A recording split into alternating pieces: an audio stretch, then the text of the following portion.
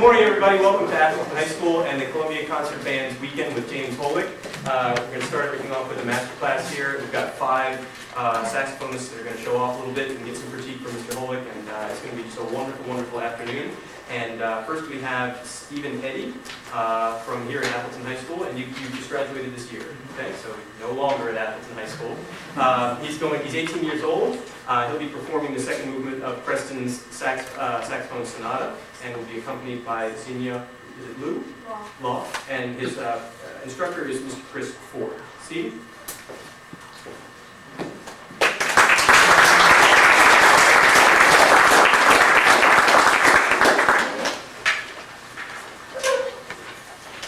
Do you want the piano closed or the better word? I'll just close. So if you need a turn, you want to switch turn.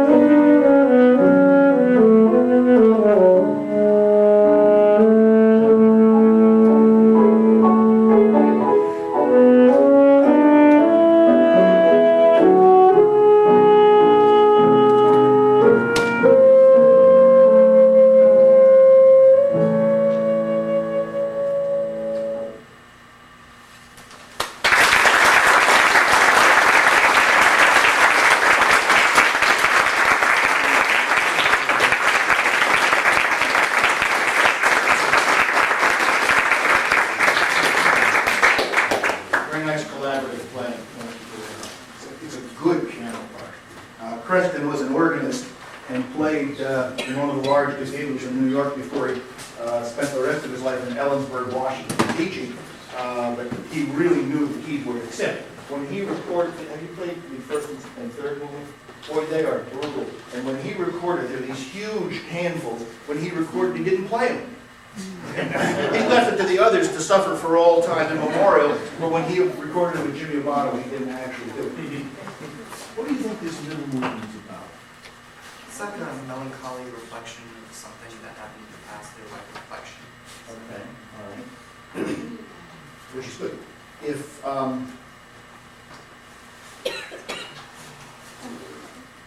how would you go about it? If you said that's the goal, that's what we want to show, then how would we go about delivering the notes to achieve that? I think more emphasis on contrasts and the themes, like when it changes into different keys, especially when the thing repeats itself. Notice I'm really using the Socratic method today.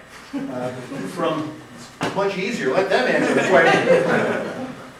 What about the way we deliver the individual notes toward creating this idea? Here's what I call it, all right? When it was time to begin, I believe so much in the physical side of making music. Anything that we do physically is going to somehow or other come out the end of our horn, all right? So when it's time to begin, you go, ah, dee, da, when in fact, isn't it this? Would you do the measure before you play? You don't go.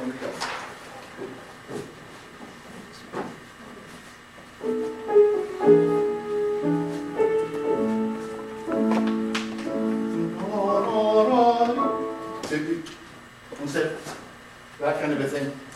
My band director actually had a twitch. He hit his ear all the time. Like a couple of years in the band, but he had a little one of these and one of these. But it's like having that kind of a mannerism that you apply in every situation. When in fact, if you had to decide whether this was a ramp or a set of stairs, it would be a ramp, wouldn't just this wonderful smooth ascent. So this time you are going to join, given the measure, and this time will you just, as you hear it, first of all you're thinking 1, 2, 3, 4, and set yourself up so you don't have to do any bonding. Okay, good. And then as you play, you're thinking about this left shoulder. You're going to need surgery by the time you're 31.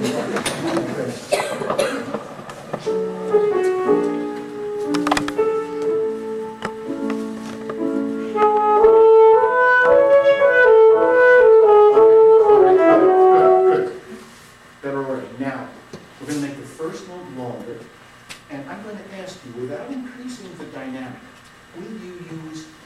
There are two kinds of air, in my estimation.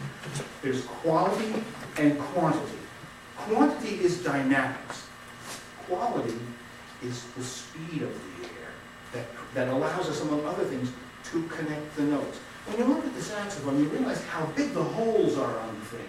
When you close them or open them, if the air isn't really going through quickly, there's this little pause while the air is catching up with the change that you've made, and it's bumpy, even if you don't make it bumpy through anything that you do, except that you're not fueling it enough. So what I'd like you to do is just faster air, but not more. And in fact, the object is this. Here's the way it really looks in my mind. It's like an archery target. That's the core of the air. That's the fast air. After that, at the same speed, we can add more, and that would be volume. So, without your pianist, let's just hear you play the first 5 notes, thinking about connecting them more with faster air.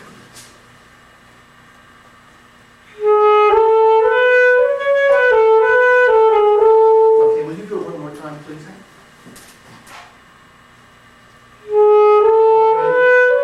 Let me ask, are you discriminating against the chromatic F sharp? What you're using note? Is there a reason for that? No particular reason. Okay, there's a bump when you change that note. And you just hear it, this time you use fast air and chromatic, G flat actually, and let's see what happens. Okay, see how much smoother that connection was? And we're going to stop and do the fingering thing. You use bis quite a bit in this movement, when in fact side would be more appropriate. Okay. There are no alternate fingerings. There's the fingering that is appropriate in the moment. That means all the others are alternate. And we've rejected them because they're not the ideal fit. So I heard you going back and forth between C and bis. And then a couple of times you got caught when you were making the shift, getting the bis off, and you forgot, and it was this a little bit of an unintentional grace note. I have either had the good fortune or the misfortune of having 80 or 90 pieces written for me, and that means I've had to trudge through, I've had the privilege of trudging through new pieces of music that just uncharted territory. And what I really and truly do is sit down with a pencil and I mark in all the fingerings before I ever play the thing at all. Because I logically know what fingering I should use. And I have to tell you, it's a rare day that I go back and make a change. And the only thing that causes me to make a change is, frankly, sometimes I find that certain combinations very hard to get into my hard head, and so I may make another choice, and or pitch and color. And that reveals itself in the play. So, we're going to begin again, and then I'll stop it. He's doing this when he should be doing the chromatic G flat. And when you're next to C or B natural, side B flat is almost inevitably the choice. Once in a while you get trapped in funny places, but in this piece, side is really the choice when you're next to B natural. And I watched you sliding on and off. We should avoid sliding on and off because frankly, it's not a very efficient thing. Worse than that, it's not quite controllable as you were able to demonstrate. And that happens more when we're a little uptight. Fingers are weird. They behave differently in public. I was on the way, I got a new recording that's nearly done. And so I was listening to, it's more fun, an hour, and really there are 4 tunes all together, and they're 3-minute songs. So in an hour, I listened to one false start and one screw up. And in one place, I don't know what was going on. There's no audience, it's just a microphone and my pianist and I. My fingers started doing funny stuff, and that was because, obviously, I'm hoping to catch it this time so we don't have to go for it. Take 117, please. So, all right, let's begin, and we're going to do now the air and the chromatic G flat. Okay. Excuse me. You know, it's as if you come up with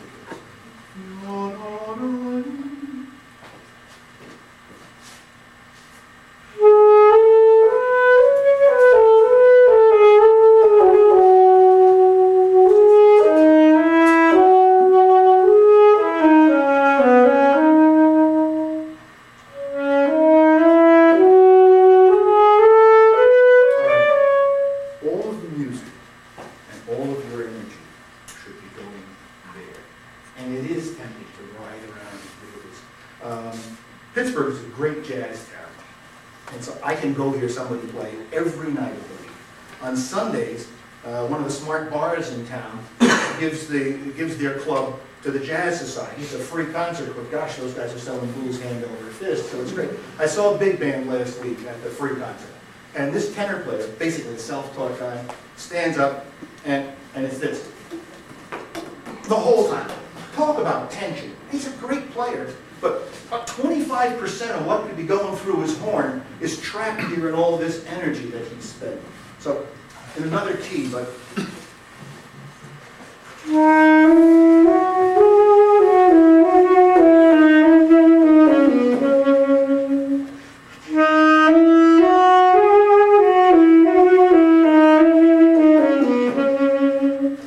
I'm just trying to make line. I'm doing exactly...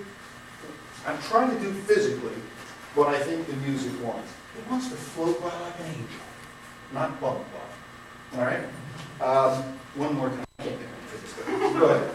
Then I have another question for you.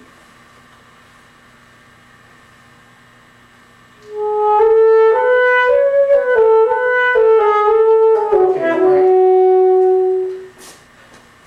These notes are circled. Are they circled because we're just looking at the key? Was that a discussion of the key? Emphasis on the note. My teacher wanted me to emphasize those things. All right, but let me tell you what I think is happening here. Music really doesn't happen in beat-sized packages or measure-sized packages. Music is like speech.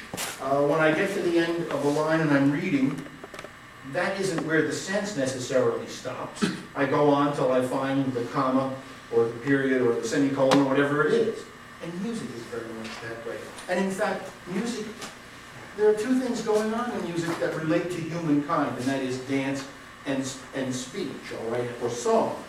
And movement for us usually is and beat and beat and beat and beat. It isn't beat and beat and beat, and unless you have some disorder.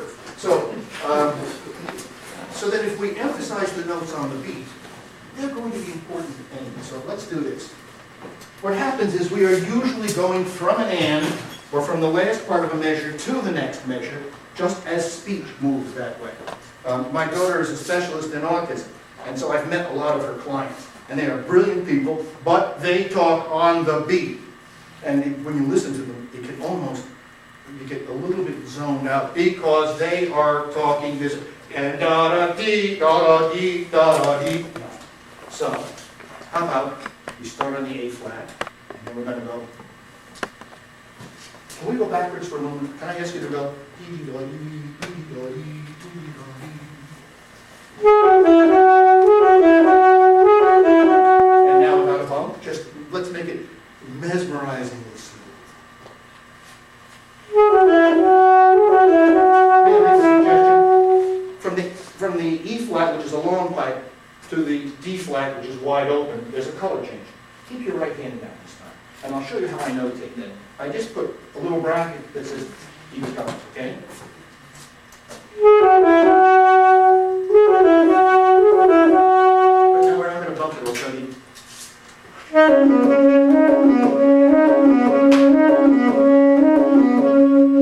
We're going to defy gravity.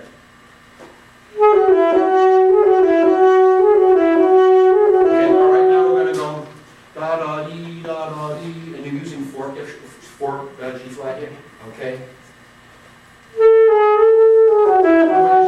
Let's do this a few times and see how smooth we can make that, how we can use the air to make the connection.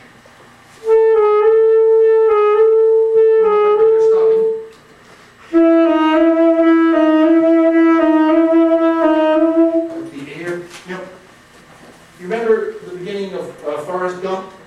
The feather falls and it's doing this? That's what we're trying to do.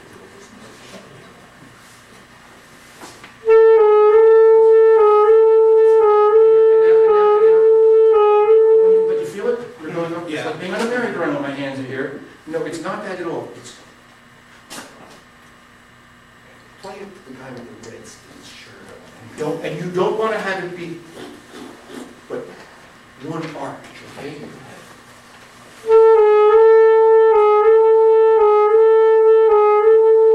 now let's do that and do make as much as we've got so far. This note wants to go right on. Da-da-dee-dee-dee-da-dee. Don't stop notes unless there's a real good reason. Did you keep your right hand covered on the E flat that time? Okay, let's do it again. Okay, let's go to the group before, which would be right here.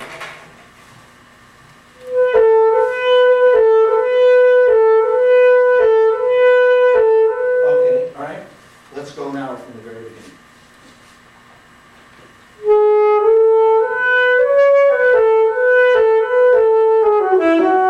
Okay, all right. This is grouping. You had a little bumble, but that's not the point. This then, instead of coming at us this way, it begins to spiral. You drive. When you turn, do you do this? No, you leave it for people my age to do that. No, so it's this way. I was behind one of those today, you can tell. His ears were out, his cap was on, he's going.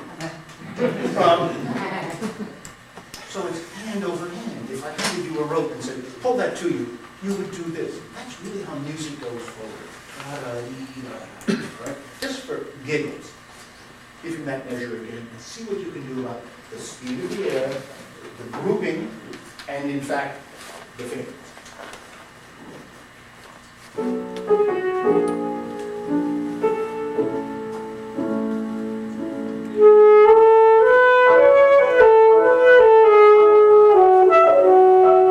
Okay, one more time for excellence. Here we go.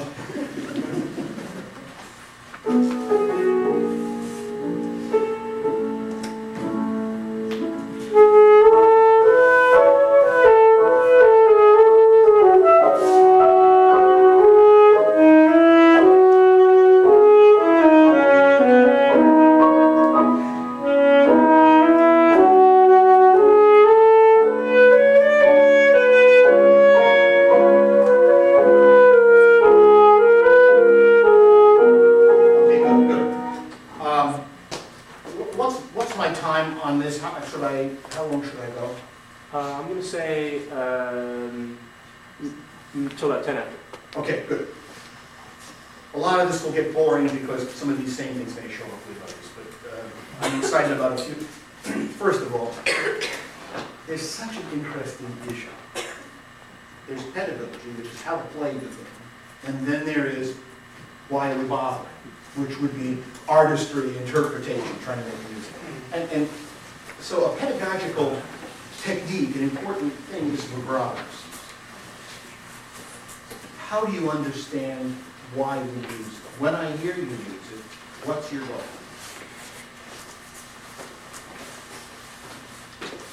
Put the phrase to make it kind of like enhance the quality of the sound, give it a more like lush tone. Do you think it really does affect the tone? Okay, I'll get you off the stove for a minute. Who were the very first people to vibrato? Of course. Well, you've been there, Brent. Don't steal it. Okay. Yes. Why did they do it? Okay, it was a cold day in the chapel, and they sat down on this stone pew. Hallelujah. I doubt it. What are songs about? Stories. Yeah, stories, and stories about what kinds of human emotions? All of them. Yeah, but big ones. Love, loss, religious zeal, beauty. There are not many songs about hatred, thank God. No songs about rocks, as a rule. There's a stone, it's right where it was yesterday. No, it's about the moving character of life, all right? So, really it's about singing. And God knows this is so soulful. It says with tranquility, but nonetheless, it's a tranquil song. All right, so we're trying to sing. And vibrato makes it go somewhere. Vibrato began because the people who were singing were emotionally connected to the music that they were playing. Vibrato is even more basic than that. When we are frightened or when we are emotionally touched, all of a sudden there's a little bit of unevenness in our voice. And that's really where it comes from, is the fact that vibrato grows from our very nature, that when we say, Emily, will you marry me? Oh my God, Bob, it's my first go over it. I mean, that's really where it comes from. I have a wonderful tape of a religious festival in a Spanish town, and they carry the local saint around the village. And if you are so moved, you can stop the parade and you can testify. You know, Saint whoever it is, Saint Juan. And the band is playing. They're coming down the road. I'm so wretched. My God, you were grateful when someone stepped up to stop the band. And so a man steps forward and speaks, and he says, my son had a terrible fever. We prayed to the village saint, and the fever broke. That kind of thing. Well, a woman stops it, and she begins to sing, and she's so impassioned about this very moment that she goes,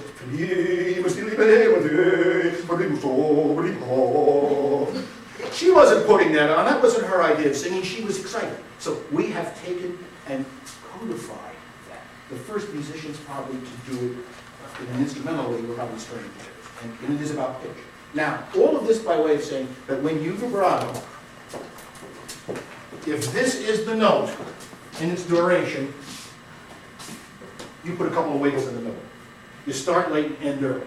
It's a safe thing to do, but you know it's got nothing to do with using vibrato as a connecting tool and as some sort of a pulse. It relates to our very pulse because it's about the electrical and fluid part of our body. So I'll show you what I do and then see if maybe I can squeeze you over the line to join me.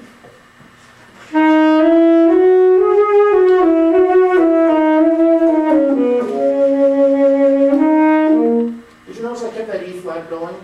And I did because I wanted to keep it airborne so that we would then go to the F with a certain sense of expectation. And more than continuing the vibrato, I actually speeded it up a tad so you had the sense. If I have a piece on my latest recording, which is a transcription of a piece by Boccherini, and it begins on one note and sits there.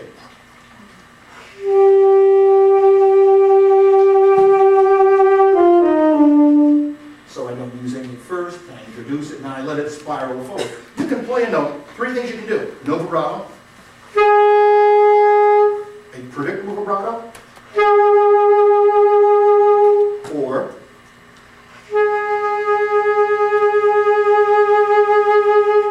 and as it gets faster, you're waiting for me to make the move, waiting for the next stuff to happen.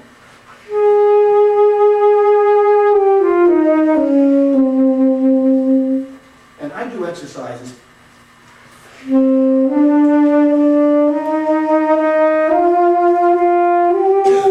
I also do octave leaps up and begin the vibrato immediately. You have to have more air. You're stingy with your air, big on physical tension, but you don't have your foot as deep into the accelerator as I am. Probably have a better driving record too, but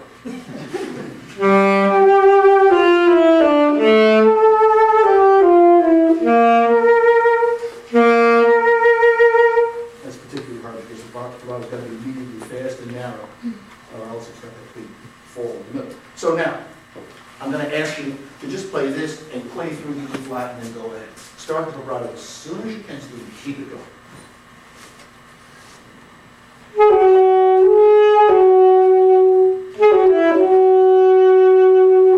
Did you see you fell away?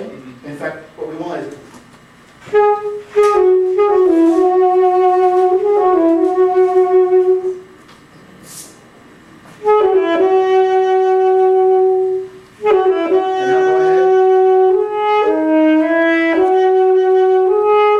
and now go ahead. All right. Are you using a jaw vibrato? Are you using some breath behind it or just purely jaw? A little breath behind it. A little puffy. I can hear it. It's one of the interesting things about vibrato. I've been threatening to finish a book on vibrato for about the last 5 years, and I am now because I'm on sabbatical, just finishing up a sabbatical. We know from scientific testing that audiences, the great unwashed, don't hear, with whom I spend a lot of my life, do not hear vibrato the way we do. So if we're stingy, they don't get it. It's got to be prominent enough so that they can hear it. So it's all about perception. The psychology of music is really interesting. What we hear and understand and what they hear and understand are two very different things. So your vibrato can be better supported, it can be wider, and above all, not only continuous, but directional. And it can be directional in a negative sense. It may also slow down. There's nothing quite so silly as a vibrato at the French do this, a vibrato at the end of a piece, and it's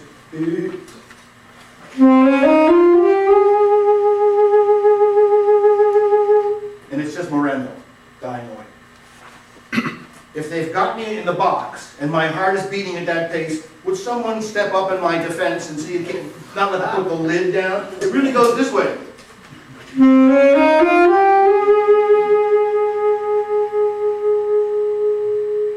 It's very hard because as you play slower and you're still dealing with the pitch, it's very hard to deal with those large periods of time and making that dip without getting too deep. Yes, but that's what we want, is that sense of dying away in that case, or going forward in the other. So vibrato is this incredible tool, has nothing to do with rhythm, it's on its own. That's the miracle of music. We know so much right now. We know so much as to realize how little we know about music in the lives of people. First of all, there is a music center, just as there is a speech center. I have a friend who has gone from being a conductor to being on the faculty of a medical school studying this stuff because, among other things, we're going to be able to teach people who have difficulty reading how to read through music because we're going to just reroute the information. It's rather remarkable what's going on. And so that you can hope to play vibrato with these free tools just out there doing whatever it wants in time while you're also playing time and using the right fingers and all those things at the same time is incredible. What you're doing is very musical. It's conservative. If I had the opportunity to work with you, I'd be asking you to play loud and obnoxious, and then like a huge piece of stone would sculpt you down to something that was perhaps more expressive, more communicative. You're being very careful and using a lot of tension. We have Alexander at Duquesne University, the Alexander system. I send my kids over, and this lady works them over. We have relaxation sessions. We do all those things. If I were the dean, if I were a rich man, I would start the year for all freshmen with sessions on protecting their arms, learning how to breathe better. We'll do a little of that before the session's over. And above all, to relax. No great music, not the greatest music can come from a place of tension. It all happens when we figure out how to be on the spot and be relaxed. A few months ago I played a piece at Carnegie Hall in New York, and it was a world premiere of a not easy piece that I didn't really like that much. How's that? Fortunately the composer was in his best stand, so we couldn't talk about it. But my deal was, my only shot was to get in that relaxed groove so that I could say everything that could possibly say. I've played Carnegie Hall before, so that wasn't necessarily off-putting, and it's a great room. I mean, my God, everybody sounds good. But the point of it is, though, I got out there and I laid back and I relaxed, and I just blew and let it happen.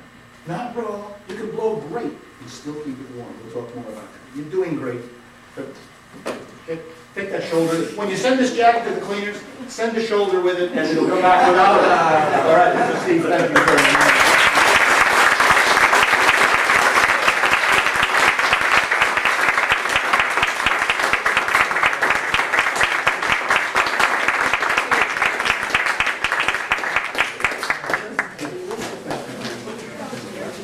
Next, we're going to change the order of the program just a bit. Next, we're going to have Eric Posner, who is the band director at Bellows Spring Elementary School here in Howard County.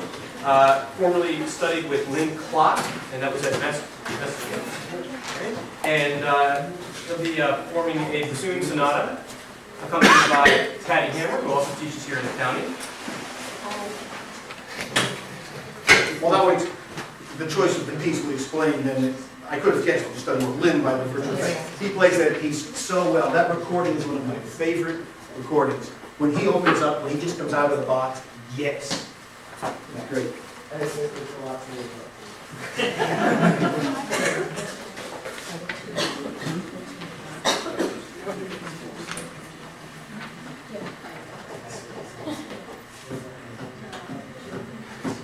The piece is by Tonsman. It's in there. Tonsman was a Pole who lived most of his life in Paris. And if he didn't know he was writing a baritone saxophone sonata when he wrote this, he should have, because it's probably his playing more by baritone saxophone. Yeah, and every bassoonist I talked to was like, I don't know it. Yeah. Well, they don't need it as badly as we do.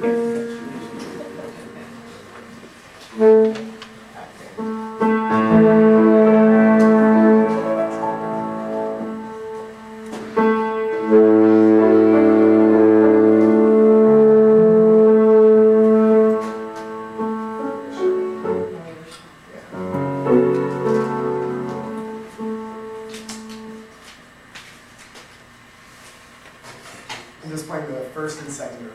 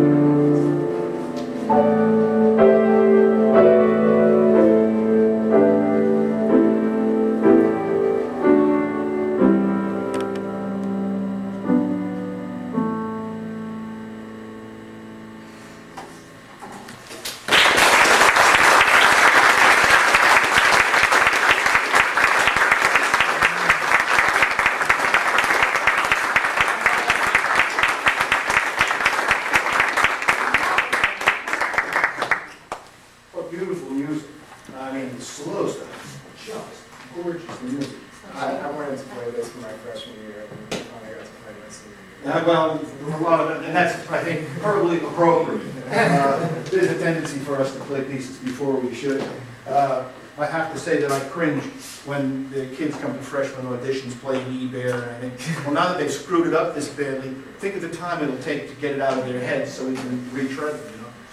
Well, you need a few marks on this page. Yeah. Okay. I'm asking guys questions, so. Okay, I understand.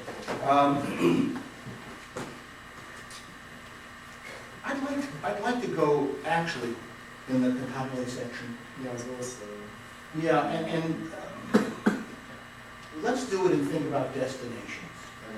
You know, it seems to me that we're always going somewhere. We all know that in music. That's one of the reasons we go and beat so that we're going somewhere. But more than that, sometimes I ask my students to step back from the music. We get so face into it that we forget that there are these key points, there are these destinations. And although we must play everything on the way with care, nonetheless, it's all got to be going there so that there's a certain logic in it.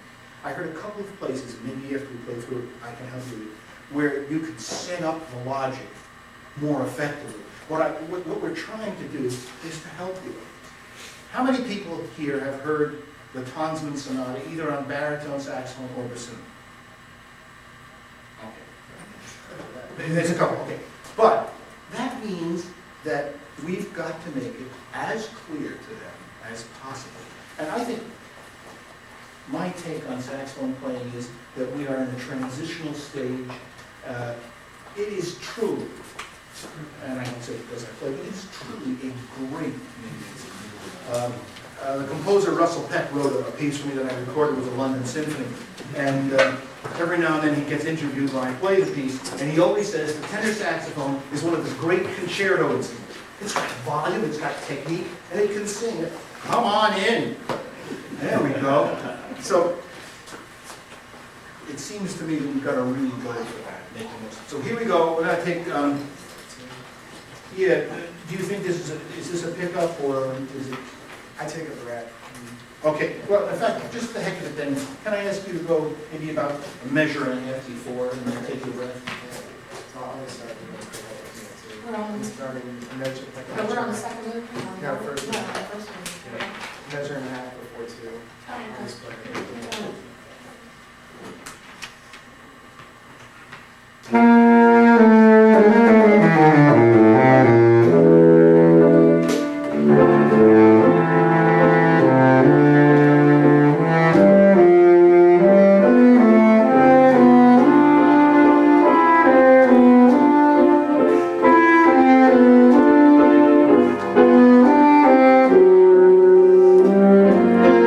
okay. Good. Suppose we really go for the rallentando so much so that you breathe before the sweep. What do you think? Sure. We're trying to make a connection into this slow thing. So he's got 4/16 notes that rallentando, and then this note after which he breathes. When in fact it looks to me as if it's really on. Okay? I'm screwing with his interpretation. He won't feel comfortable, but Not the same place. please. I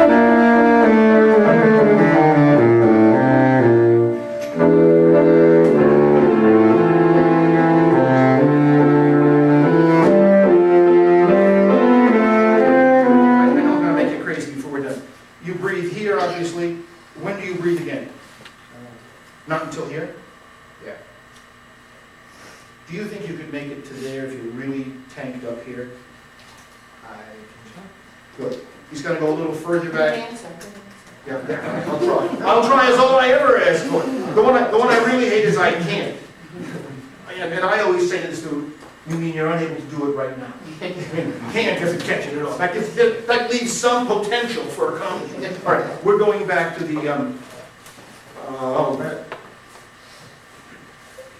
wait, start. 1, 2, 3 measures before two.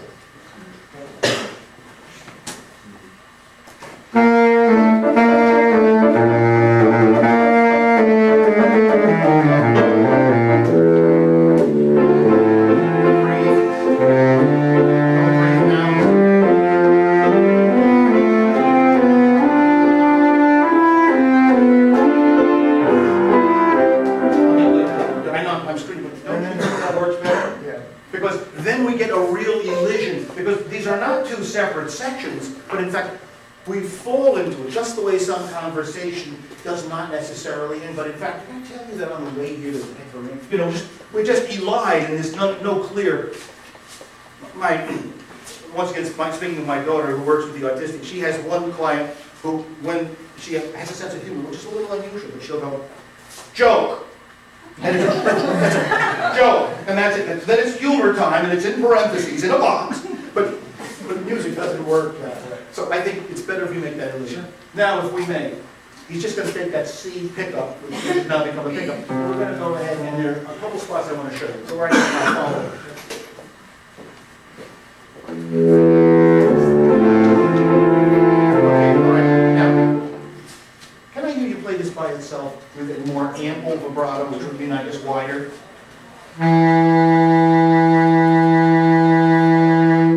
That's a little better for me. It's more like singing, and they can hear it now. Here we go. All right, let's begin and go for something like that.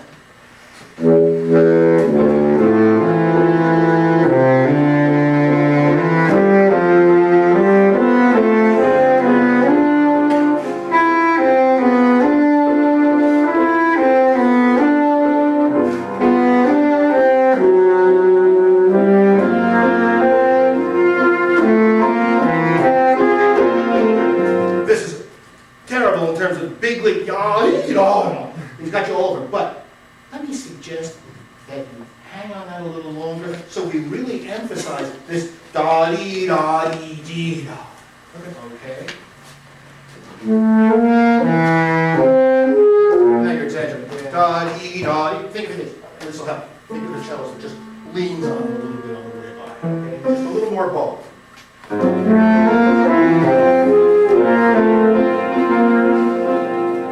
Let's take the whole measure, okay?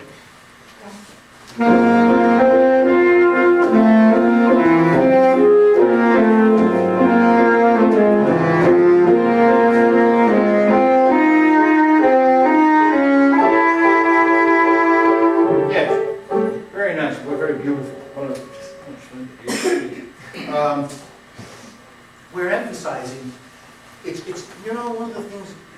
I never saw dance before I spent 19 years teaching at the North Carolina School of the Arts. And I would go by the dance studios and watch. And I watched for two reasons. There were beautiful women. And I admitted it's one of the things I enjoy. However, learning about music through watching physical action. And one of the classes that they teach in a good dance school is the whole pas de deux thing, the partnering. And they've got these guys. These little guys pick these women up and do this, but it's da-dee-da-dee, and I see that in my mind. It's full of weight and yet grace. Da-dee, da-dee-da-dee. So that, and he writes that figure again and again, beginning on and, da-dee-da-dee. So to get the bigger picture, it tends to, sometimes you get to the note that is the goal without having necessarily put that muscle into it to create that shape. Can we start one more time at the beginning? You want to see what happens? Look, he's got so much writing here, I'm going to have to try to decipher what's going on. Okay, look, first of all, tell me how you're thinking about this. Is there any... I'm thinking of it as one phrase from the start of the notes there. Okay, that's probably why you got in trouble. It doesn't really go there. How about da, da, da, da, dee? Even though this is, we're going to maintain this, we're really going e and he already did this for us, e and he told us in a way. So da da da ti da da da dee, ta dee da ta dee ta. So maybe ta dee da ta dee ta is an idea to itself. No, I don't want you to tell me that. I just want you to group it in your head. All right. There are a couple of great books on grouping, and they're not boring because it brings the language that is actually within the music to the fore when we realize it. And the thing that I love is one of those two books is written by a stuffy academic, and he gets it right. But in the end, he suggests where you might go to hear some of that. He suggests the recordings of cigarette. I thought, wow, we got in the book. Are we good or what? We're going uptown. We're in the right neighborhood. All right, here we go.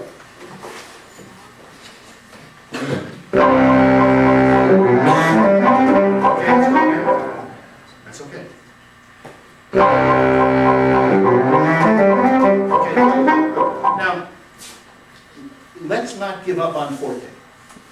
It goes downhill as we go, and yet we're going up. All right, so go for it.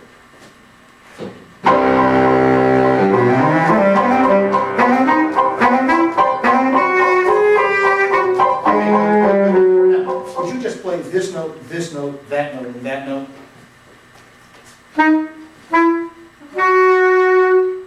Okay. Now, there's staccatos. You're a teacher. Tell me about staccato.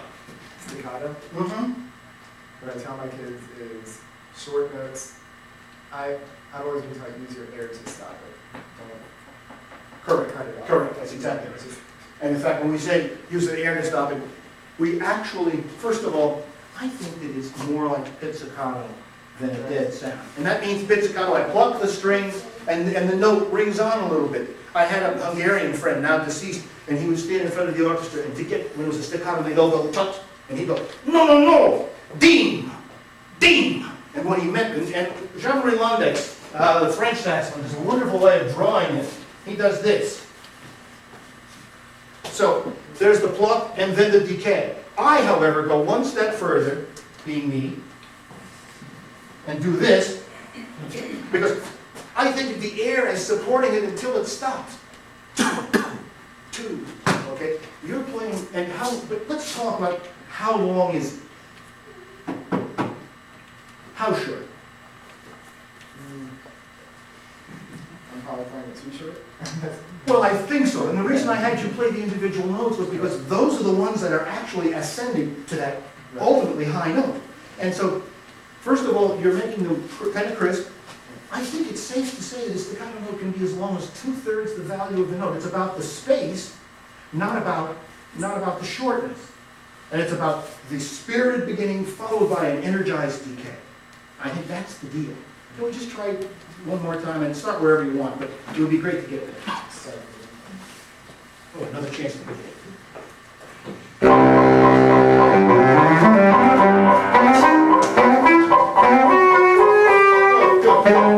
And even room for more. Yeah. One minute, please. I hate watching the clock. That's no fun at all. I have some friends here who come to a retreat that I run in the mountains of North Carolina. It's so wonderful. There's no starting time, no stopping time. I go until I fall. It's the best.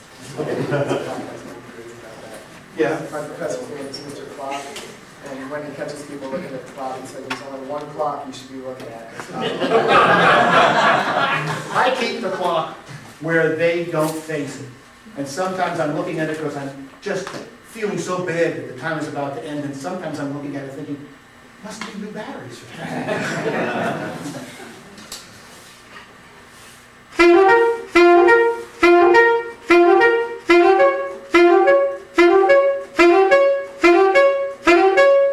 You hear the decay?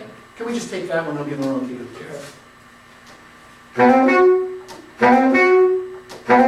Okay, when you make it longer, then you still leave it at one dynamic too long. It's the pluck followed by the decay. Easier to say than no, then you backed away because you were afraid of doing it.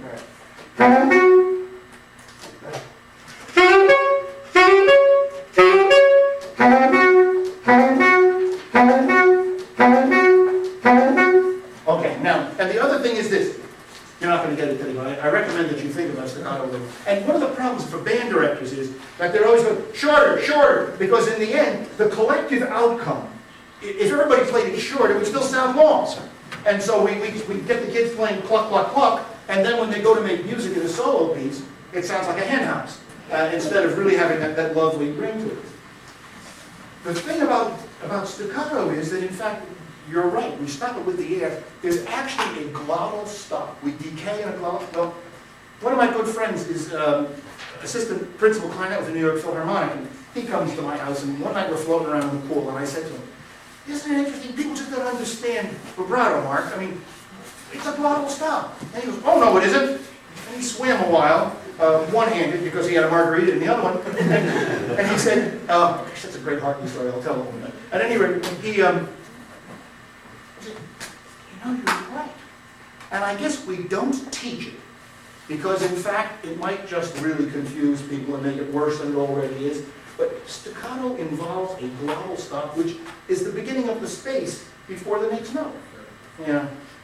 So, I think you can probably play some staccatos, just something like.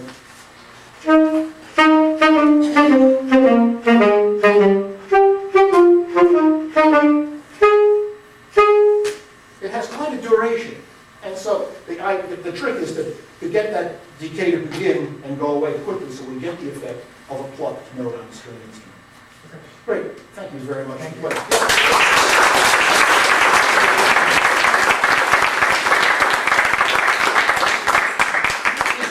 It's nice to hear a music educator play. Keep doing it.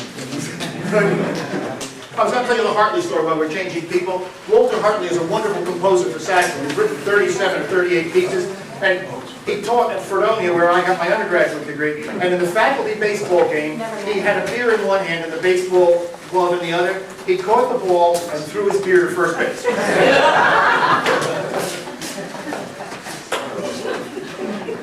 Next we have another student of Chris Ford and another Eric Magnus, from Baltimore School for the Arts. He's 15 years old. His pianist is Jolie Lynn.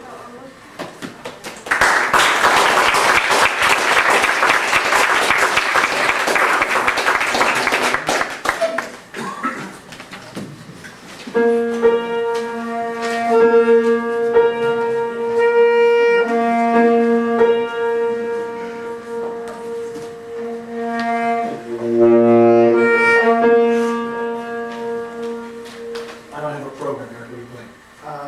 Cesium, so there.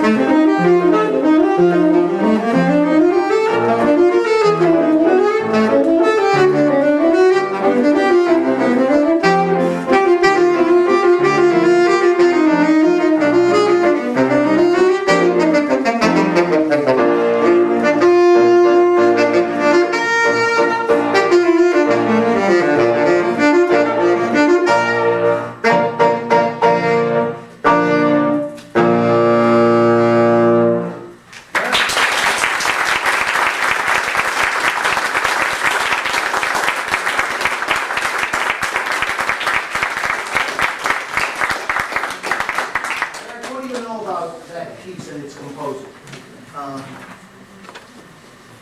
The composer was born in 1812 and died in 1865. To some extent, whose life did that parallel then in terms of years of his life? A guy named Adolf Sax. Okay? Sax was born in 14 and died in 94.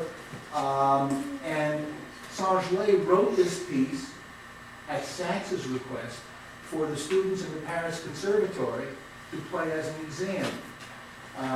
They still do it that way.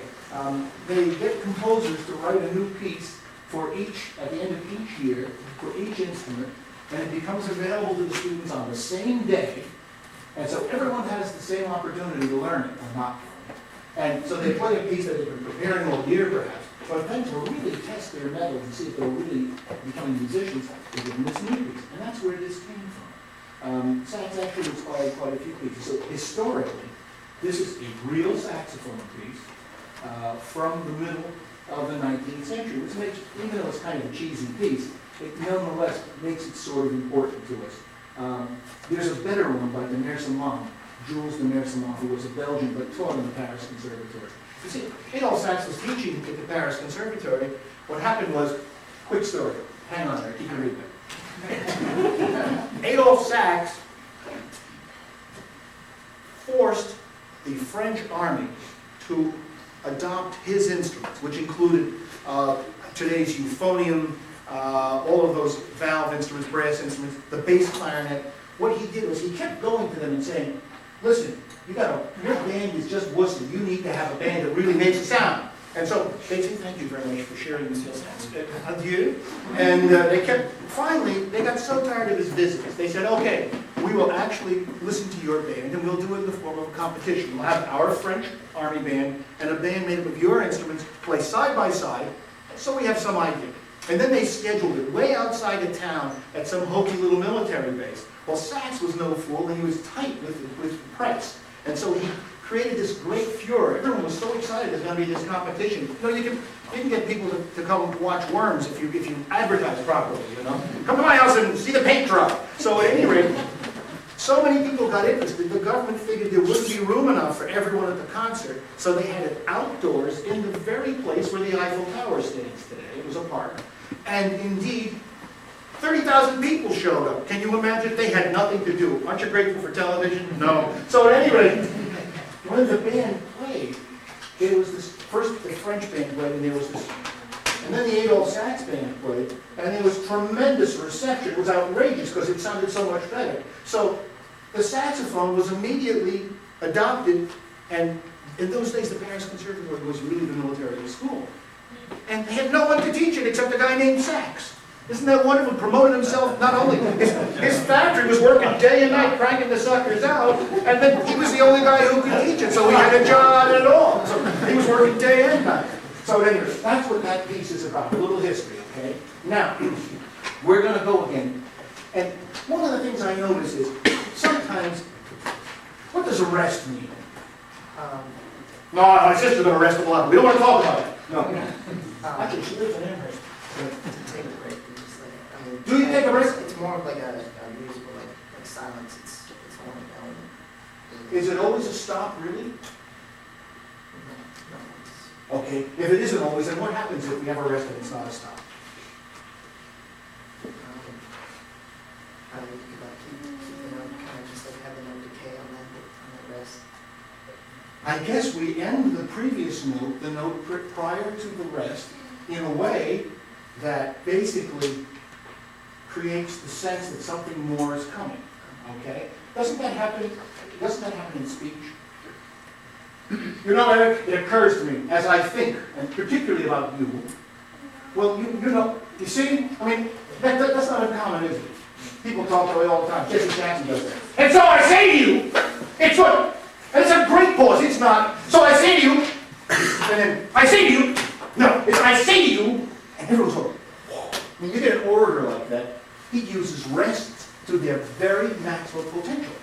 So here we go. I'm going to get my horn because I remember playing this piece once.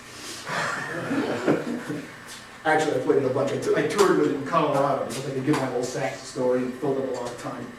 Okay. Actually, I do the best tours in Colorado. I don't play Denver. I play wonderfully dopey little towns like Paonia, and towns of 2,500 people, and they can't get the people into the hall. There are just too many people. They love having you there. It's a love fest. I'm going back to some of these places for the 5th and 6th time, and it's the only show in town, which of course means I get an audience regardless, but they really love it. Okay, here we go. The very beginning. Oh, not the very beginning. This is the big fermata before he comes in, okay? Here we go.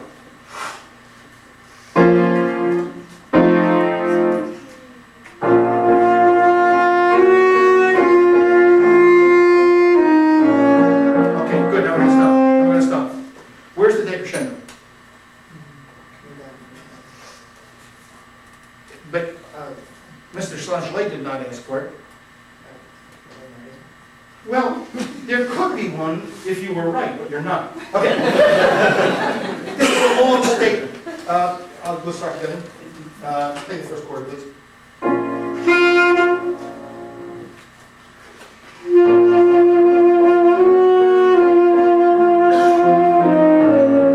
You see, you gave up here when we wanted to get over the bar, didn't we?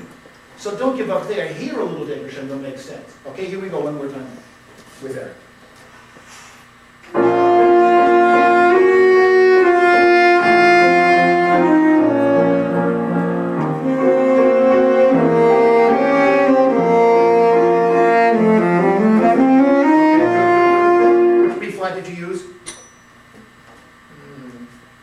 On the way up? Oh, it's a B natural. Which C did you use? Sorry. The standard one, the middle finger, rather than side. Yeah. Okay, listen to this. I usually hear. To avoid this, I could hear the bump. That's why I asked. I asked about the wrong note, but I was asking about the right thing. I can hear that. You know, I can be sitting at my desk eating a tuna sandwich and tell again, what finger are you using? I can hear it in the middle of a quartet rehearsal. Bump, bump, bump. It's already a bumpy instrument. What we want to do is, so do you use side C? Yeah. I mean, you're familiar with it? Do you exercise it using chromatic scales and stuff? Okay, good, great. Here we go. Can you just add it this time? Okay. He's going the third measure, measure 10 is actually what it is. Okay, here we go. Right on it.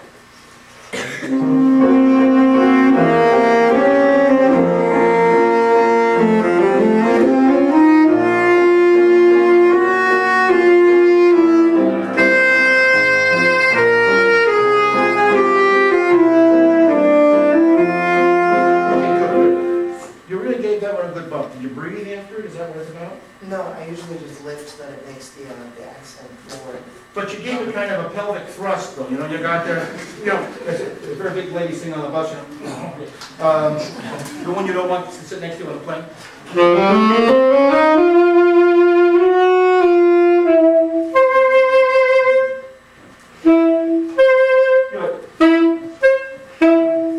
I draw a line between the F sharp and the D. I think it's going there.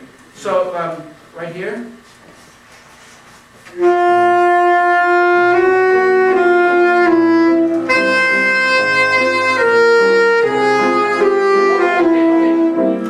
I'm such a pain in the neck. Why are we using this here, Eric? Because C from, yeah. You should be using. Sorry. Sorry. Okay. Good. See, we don't think about those things. One of the problems is that the saxophone is so forgiving that you can get something that resembles the piece. And the problem is, it's bumpy. And we want it to be this seamless rhythm, okay? All right. Same spot. Da-da.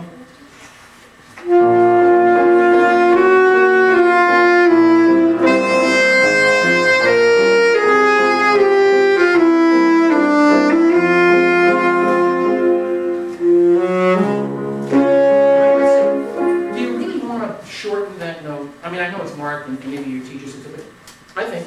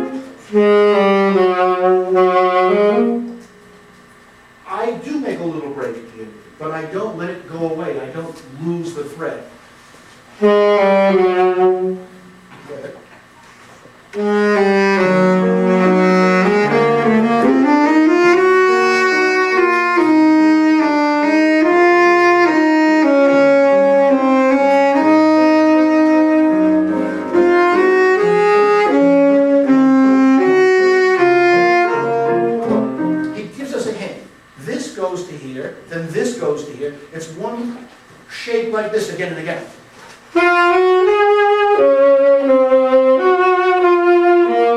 Just hand over hand, all right? It's like a slinky going down the stairs. We don't want to make it little pieces like salsa.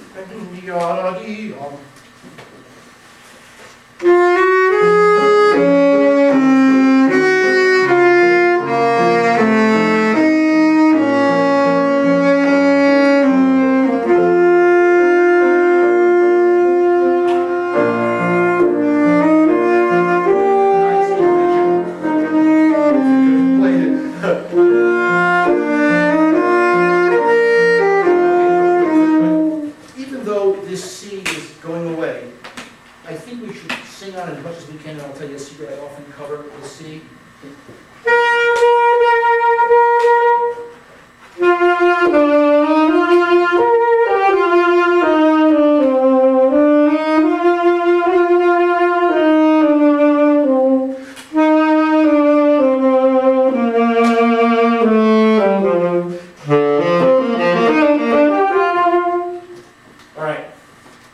Let's go quickly to the allegro. Allegro. Now, we don't want these to be closures. It's eighth notes, beat on, pick up, pick up, pick up. No, we want it to have this sense, da-dee, da-dee, da-dee, bouncing along, okay?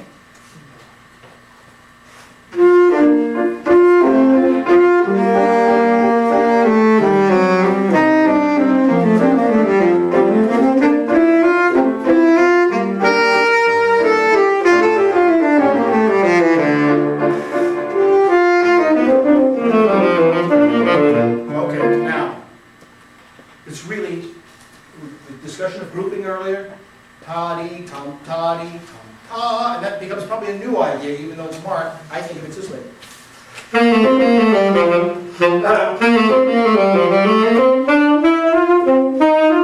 F sharp change.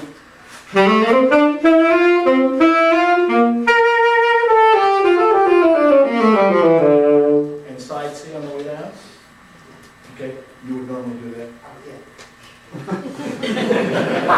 I'm glad I'm not his parent. Maybe perhaps it should be the other way around. I've raised 5 kids. I have a crap detector that's within my very person. Okay,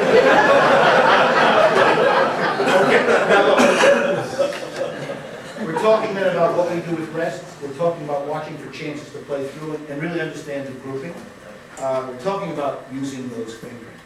All right, I think it makes a great difference. And I would suggest perhaps you buy my vibrato book when it becomes available. I suggest that to all of you. And my children thank you, my grandchildren thank you, and my 3 wires thank you. So, anyway, those are successes, not... The vibrato is all right, but you use it very smoothly. And in a piece like this, which is so solemn, we should be doing this. Okay? But you're doing really well. What year are you in school? Freshman. Great. Well, you're going to do it. You want to do some of the music for a living? Well, meet me after and I'll try to dissuade you. Okay? Thank you very much.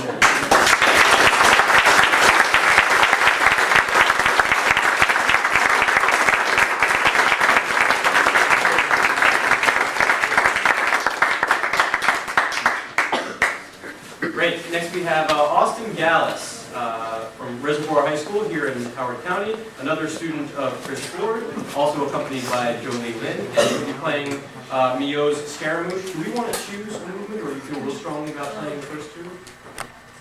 You worried about time? I don't know. How long? We're back on. We're on schedule? Okay. Yeah, we're back on. Okay, then we'll spend any time discussing. Okay. Great. First and second. Okay, you want to do the second first? Yeah, I was on. That makes good sense. You're showing good thought. All right. Well, it's the right thing. Okay. Tell us a little bit about the piece. It's written by James Houlik, who was French. And it was, Scaramouche is a character, it's a French character in a play. It's in a Mary Edkins picture. And it's kind of like a loopy character. Okay. But I don't think this is really what this is about. Well, this movement is really kind of like the almost like the intermission, it's this relaxation for all this business, isn't it? Pianists think that this is their piece. And they do it in pairs, but in fact, it was written for the saxophone, and there's a darn good chance that it was actually entertainment music, and maybe done at the Moulin Rouge, the Red Windmill, kind of a saloon, a high-end nightclub. And there's even a chance that a young man by the name of Marcel Mule played it. Do you know him? No. Oh, you should. There were two people who started the saxophone, I don't like the word, but as a concert instrument. We won't use the word classical anymore because it's just a little stuffy word. Mule in Paris, and Sigurd Rascher sort of in the rest of Europe, and then the United States later on. And I think as a young man, he was in the army, the Guard Republican band, the great saxophonist. And I think he was probably moonlighting and played this piece. So you can see him sitting in the pit while other things were going on. Mio had a very sketchy career. Toward the end, he wrote a huge piece to celebrate an anniversary for the New Orleans Philharmonic, and it never got played because it was not very good. But I think one of his great claims to fame is that he was a teacher of Dave Brubeck. Okay, here we go. And Brubeck named his son Darius. So.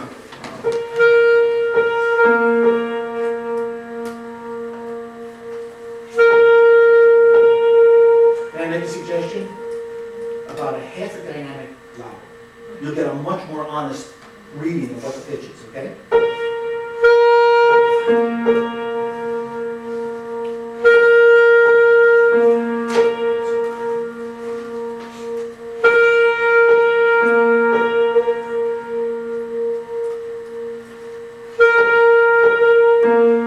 Did you sense you could hear it better? Yeah. I actually thought that about you as well. If you played, you were talking about pitch. If it had been just a half dynamic more, you'd been able to wrap your arms around it, get a more immediate reading, a more accurate reading.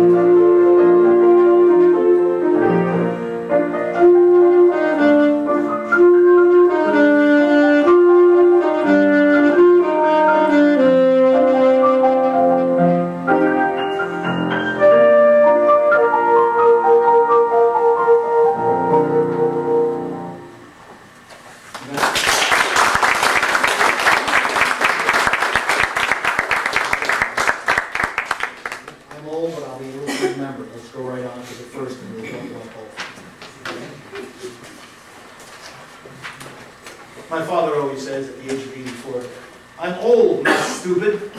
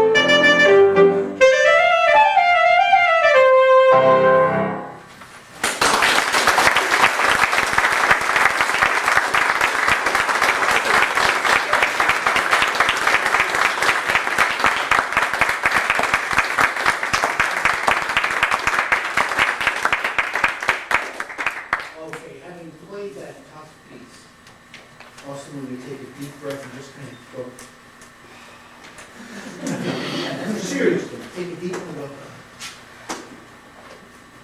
It's so wonderful to see you with your shoulders. You're so much like this when you're playing, and I point out to you that you ran out of breath. One phrase after the next. You get there, but then you couldn't quite finish the note. You would sneak by cleverly, but it still petered out. If I put my hand over your mouth, you'd gone away because you had nothing left in your lungs. Although when we empty our lungs, we actually have 20% in there, because the way it works, if it's completely empty, then of course they get stuck together. So I'm trying every time at the end of this session to do a little something about breathing for everyone. It's one of my big things these days, is breathing. I've become addicted to the idea of breathing like the yogis breathe. The yogic breathing is quite amazing. At any rate, we've got to take bigger breaths. And as long as we're like this, we can't. Effective breathing takes place in the relaxed body. So that's one issue.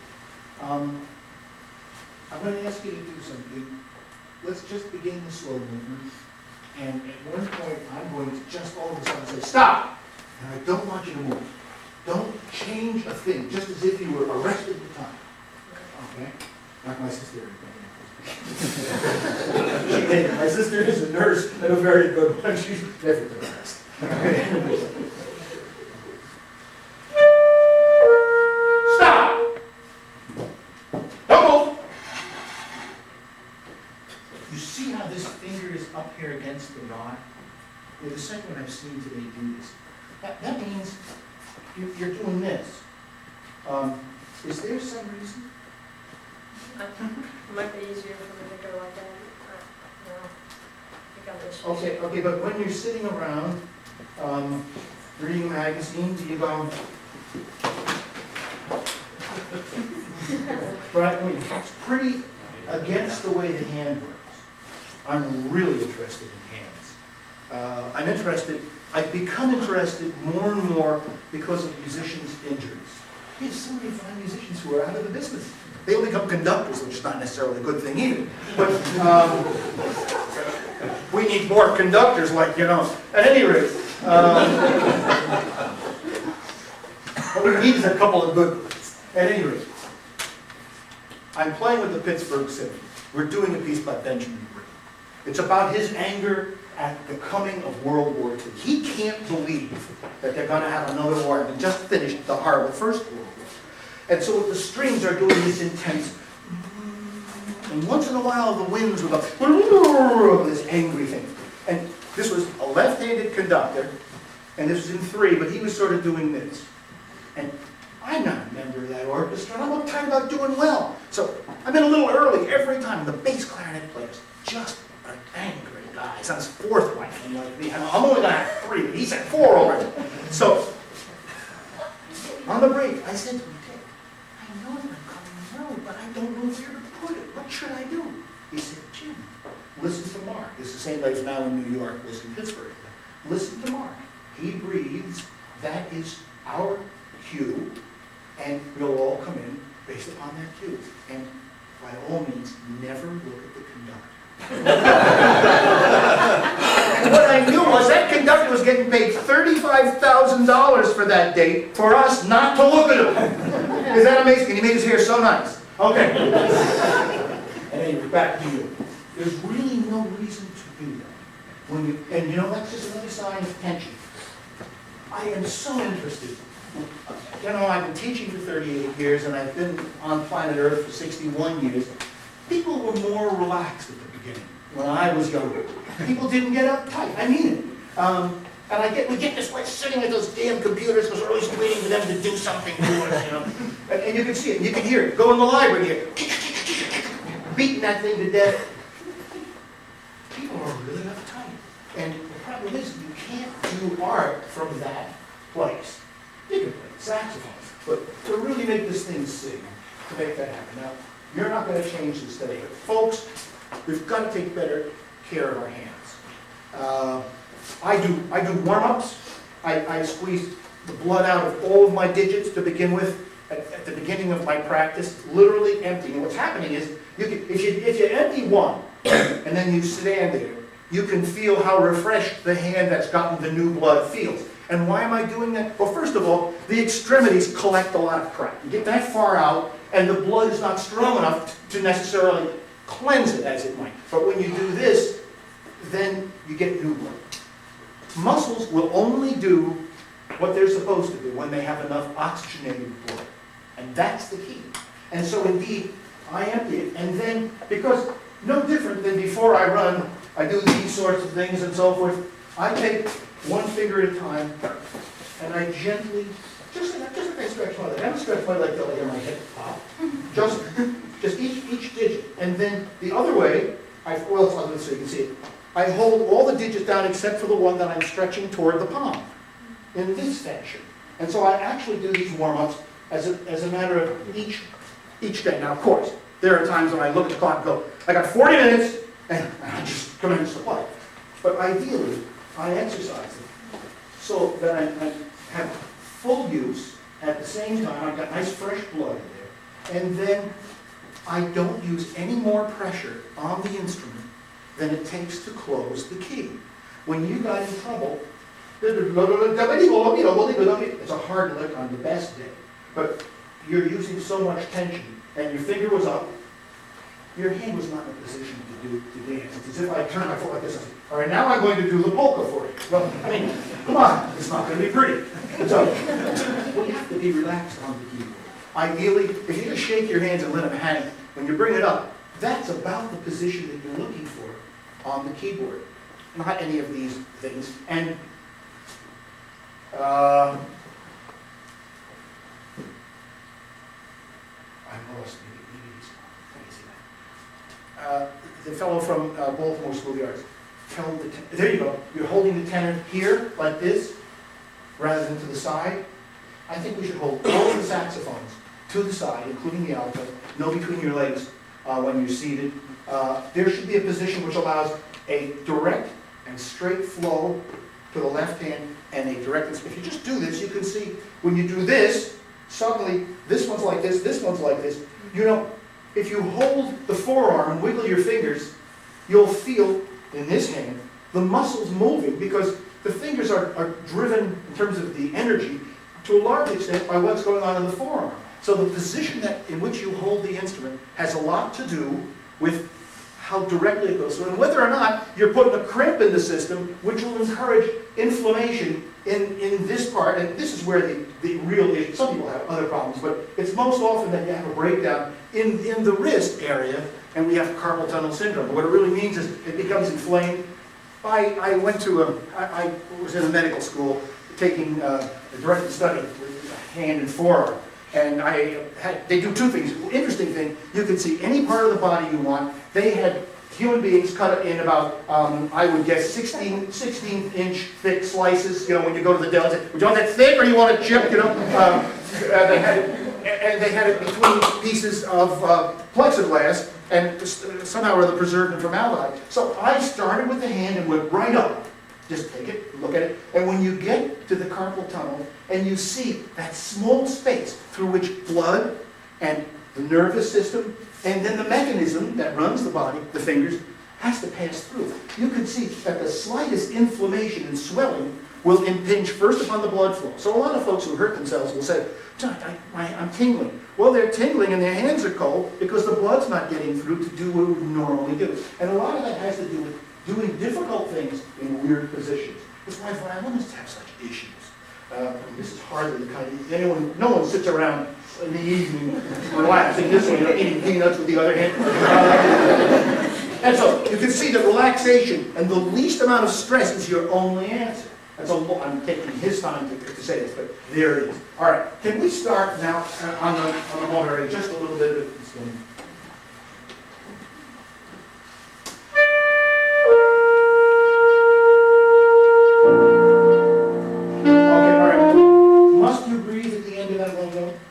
No. So, look, before you begin this time, go, taking the big one, and then keep it going. It is wonderful. Don't give up on it. Just before the end, the last beat or so, you began to beat around. So I don't know whether you thought you were going to take a breath or you just felt it coming, but it went away. Actually, it wants to be one of these.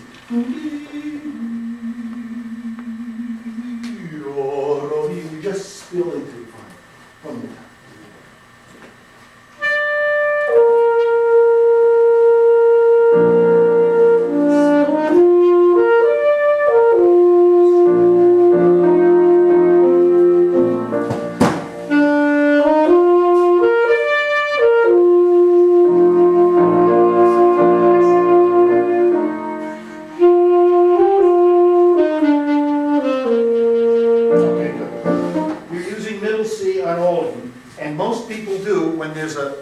A D above it involved because they say it's too hard, and then my answer is always, art is hard. I mean, of course it's difficult, but if you really want to make it, then here you go just using side D, da da da da da. Don't go with D just by itself. No, da da da da da da da da. Now let me hear the other way. Da da da da da da. No. That's right. Now let me hear you go B, C, B, side C, D, da, da, dee, da, da, da, dee, da, slowly. Okay. Now, it's more about thought and preparation than it is about anything physical.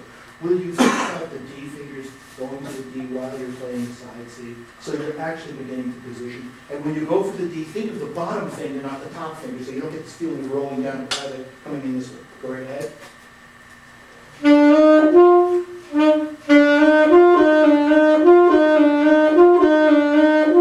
Okay, all right. I don't want you to do it now, but I swear to you, it's an elegant, elegant thing, and you get rid of that bump, okay? The jazz players that I admire the most use chromatic fingerings because, first of all, it just makes life easier, but with ballad setting. I've got a Flora Purim, I think is the singer, and Joe Henderson is playing behind her, and he's just doing these wonderful chromatic things to die for. And it was just foo-foo stuff. It was just falling, it was seamless, because he wasn't doing all of this kinds of stuff to make bumps in it, he was doing the opposite of bumps. All right, I think I've talked about the big picture here. When we're done here, you and I should spend a minute together, and I'd like to give you a couple of suggestions for some warm-ups with your fingers that might at least invite you to play with a friendlier approach to these, and much better for you, all right? Great, thank you very much for playing.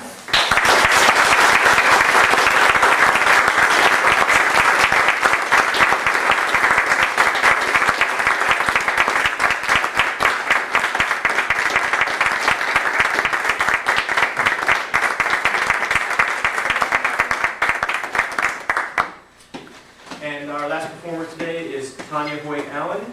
I would like to say that she and Eric Posner are both members of the Columbia Concert Band, and it's wonderful that they'll get up here and be part of the master class. She's going to play some Bach from Suite Number 1, and formerly studied with Donald Wendt, University of Northern Iowa. who is a bassoonist, actually. Yeah, Okay, very cool. And you can pick your movements between. That used to be a more common combination than it is now. The fellow who taught saxophone at the University of Iowa was also a bassoon saxophonist. Yeah, some of the saxophonists were divided between he and Holmes Barry. Okay.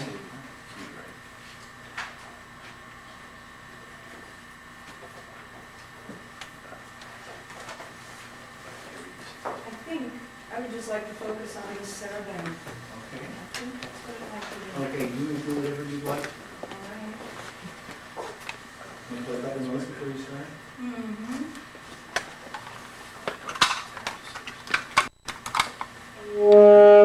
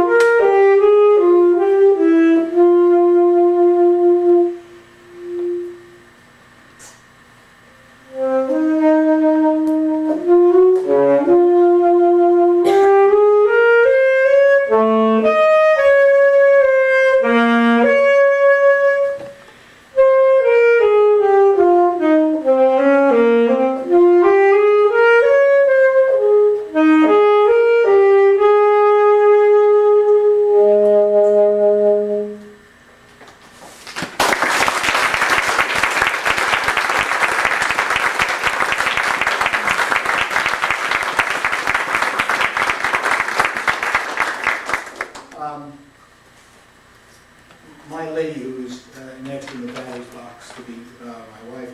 No, this is free. We haven't finished this job yet. Next winner of the lottery, please step up. To be fair, my first wife died. I haven't actually been through many divorces. This is my only divorce. I've been a widow, and I'm going to try to divorce them. We both love and play bong. She's a double bass player, but she has studied with great teachers, and of course they sing cello music, and it's more of a challenge. Let me begin with two things. The first one is, what do you know about the ceremony? Next to my baby. Okay, it's a dance. It was a forbidden dance. It is an irregular dance. It's not as predictable. If you look at some of the other reeds and so forth, you can just hear it. It unfolds and it makes all kinds of sense.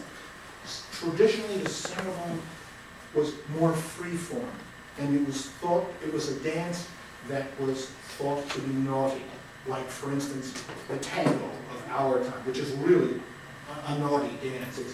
I heard a piece on NPR about tangos, and it said it's about pain but liking. And so we know, in fact, then that this has that connotation, all right? And it certainly is not like the jig or some of these other things, Sol Torellos and all of those dances. Here's the sad thing. This is a sidebar, but allow me to say it on your time. We play these things, and we haven't the first idea of what the dances look or feel like. And those of you who have been to my retreat in North Carolina know that there's a fellow from England who comes and teaches a flute class, mostly in these funny old wooden flutes. But in fact, before they play a note, they dance. Every day. And they're dancing the dances that they play in order to bring some information to them. There's a young lady who I used to watch dance in the studios at the North Carolina School of the Arts, who did not have a major dance career.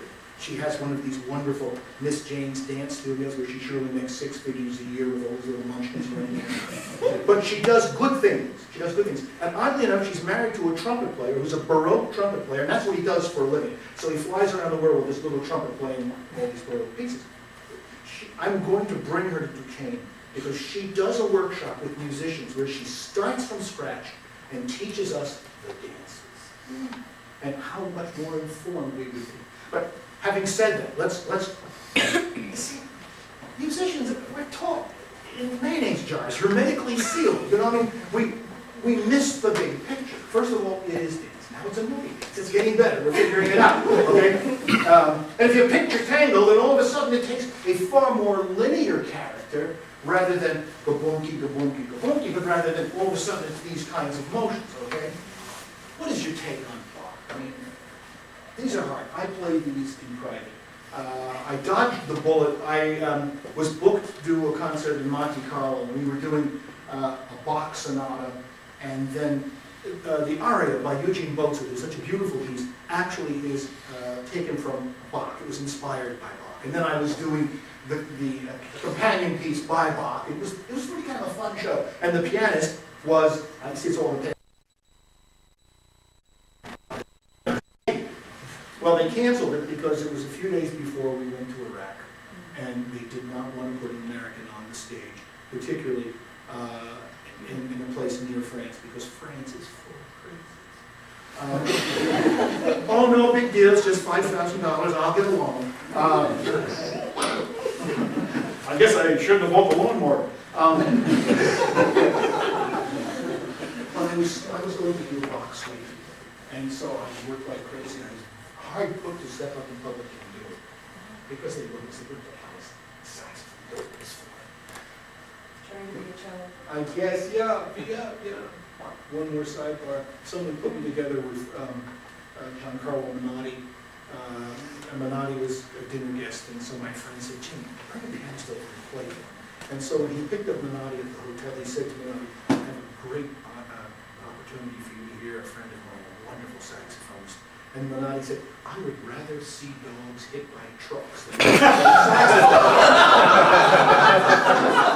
And then my friend had the gall to tell me that before I played. Dear God. And so I I announced I was going to do a slow fast, you know, one of those silly little pieces, largo on the leg. So I came to the end of the largo, and I looked at my cast, and this is a mansion. And from somewhere in the room, Menotti says, "That's not fair." I said, "What's not fair, Maestro?" He said, "That's not a saxophone." And I said, "I confess, it's a brass cello." and while we were having drinks, he offered to write me a piece, and oddly enough, I didn't want. I heard the bass concerto, and I didn't need one of those. I already get to play enough pieces I don't like. So, what's your take on Bach? I really like, Okay, but I suppose I especially like his Bach organ. I yeah, probably prefer organ, the organ. yeah, it's great stuff. Oh, yeah. Some of it's absolutely thrilled. But you're not enjoying this as much as I think you could, because I'm not sure that you get the take on it. You're probably right. Well, I'm not being critical, I'm just, I want you to enjoy it more. Right. It flows. I don't think of Van Rand, but I think of the phrase fountainhead. It's just, it doesn't stop coming. And so that means when we place our breaths, we have to place them where they really serve the music. Once when he was still alive and I was in the room, someone asked Resh about circular breathing. And he said, "Why? Breathing is our strongest phrasing tool. If we put it in the right place." I had a neighbor, a lady who must have been breathing in one ear because she never stopped taking breaths. She could go all day long. She could go, no, it was amazing. We never stopped taking breaths. And you didn't understand the things she was saying because there was no pause, You had to really watch your lips. Okay, but here we go. First of all, there are tiny notes. They are not grace notes because, music notation has developed over time. Notation is all about getting the sound out of the air and getting it on paper. That's all it is. And so the way it's grouped, the way it sits on the page has nothing to do with where the music is. It's just the math of it. And beyond that, the whole thing grew out of the days when people would sit there writing. They say that, this is a Bach, they say that if a fast copyist began copying the music of Bach, he would not be able to copy it in his lifetime. But yet Bach did it.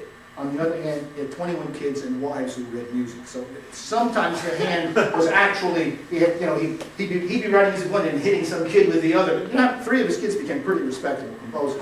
So at any rate, he had them copying too. But if we had this, that's a grace note. We play it before the beat. You take the same thing, don't put the slash through it, and they're not grace notes. It's on the beat.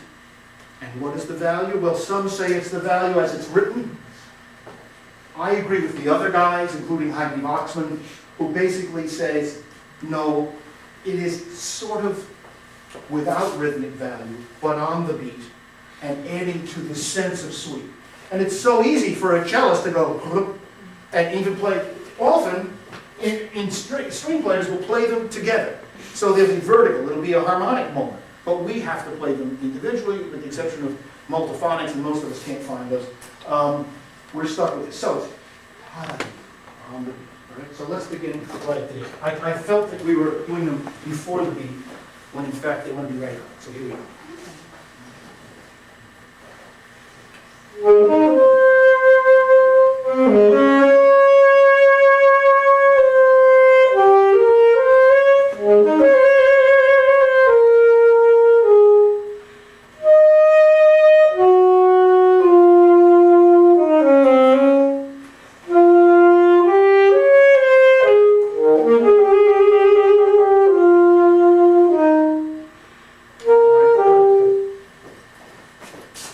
I think that you're compartmentalizing it, and maybe when you should be pushing. See, when I'm playing it as a general rule, what I feel is J.S. Bach behind me going,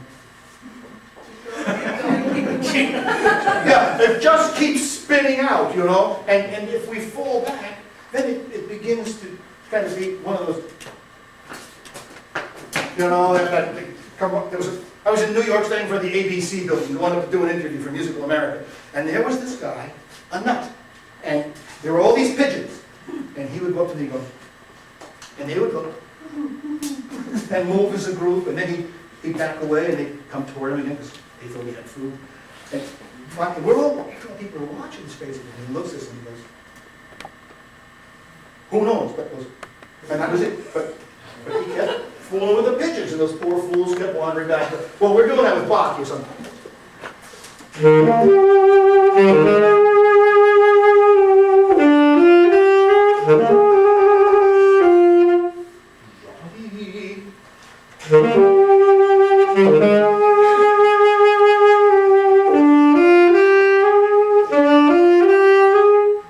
Really connect. All right? And it's mezzo forte, the first one, otherwise we're not going to have much piano. Okay, let's try again. You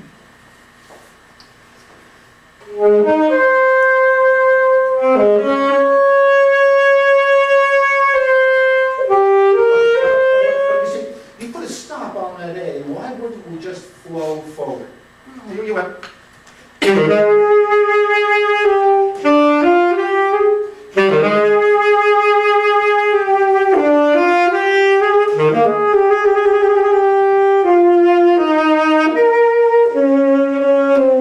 And that one does have the slash.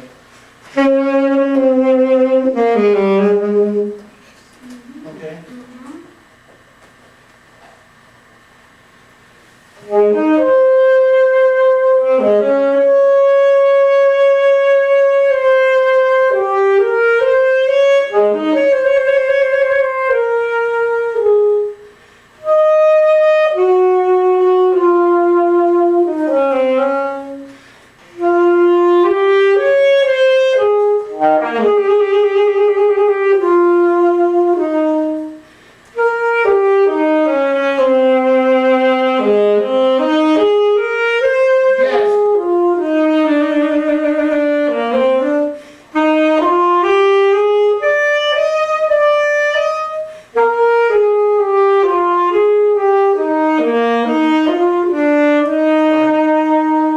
I have the sense that this is more connected.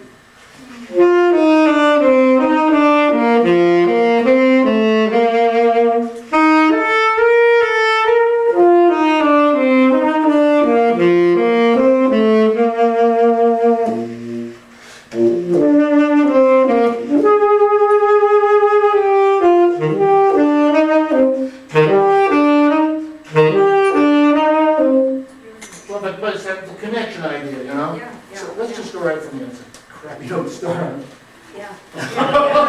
low C, you know, it's just a reason. And they want it so. Of course. We'll try to. But they have such independence, and we're looking for them to be.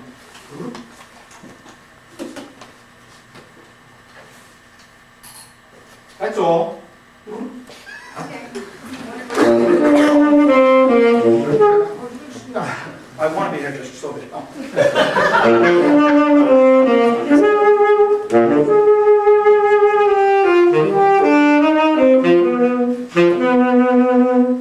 going to use closed C sharp there. You ever use low C sharp with the octave piano? Say it again? Low C sharp with the octave piano. No, you mean just relax the jaw enough that it. Are you worried about the pitch? I use it constantly. Well, so if I go.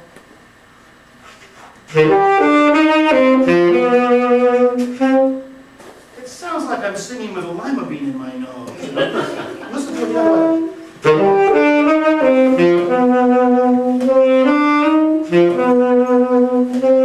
And then when you play the D after it, you realize that the timbre is the same. And if it's a tad sharp, you'll notice that when string players play up, they play a little tighter, they're a little sharp, they have the privilege of being able to play a tendency, and when they go down, they do it the other way. So often I'll go close C sharp on the way up. Could you show us something?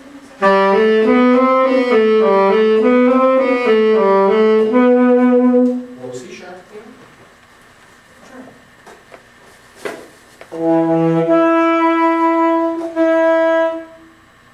The other one sounds pretty poopy if you've heard the real one. In fact, here's what I do.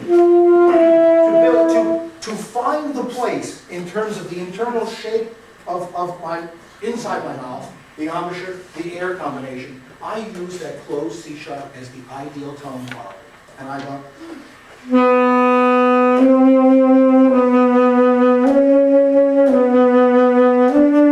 well, you're real cool, you go, which means I have to really open up to get any quality at all, but I use it as the benchmark.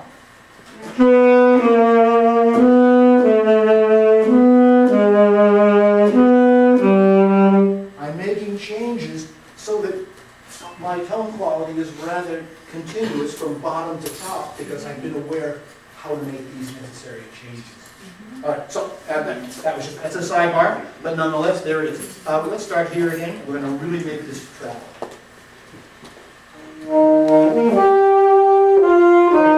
Let's play through that E, even though there's a mark over it. First of all, Bach made no marks. Be real funny. When I studied with Rasher at Eastman, he'd send you something before you arrived. It was these lines of notes.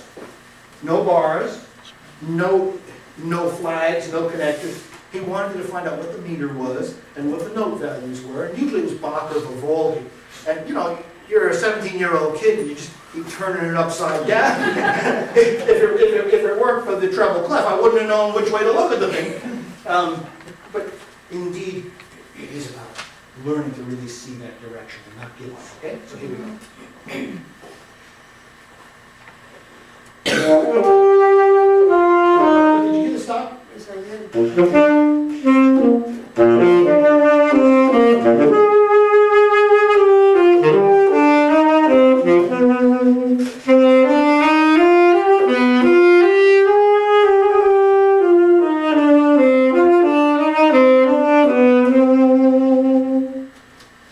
you want to give me your address before we part here, I'm going to send you the name of 2 cellists that you can listen to who will knock your veritable socks off.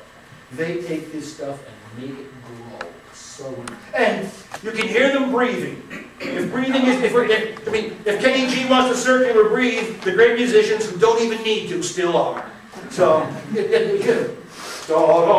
know, it's setting up. Okay, one more time here. Let's go right through it.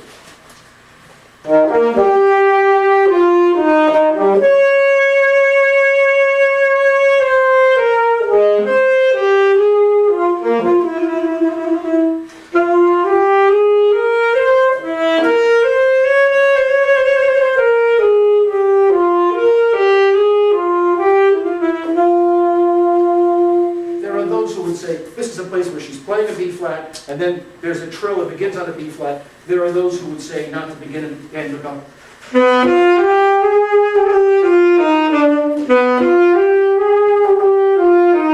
Hold the B flat over. Just can't put my jack there. You see how the B? I hold the B flat past the beat, so that that's that B flat. We just don't re-articulate. Where it goes by.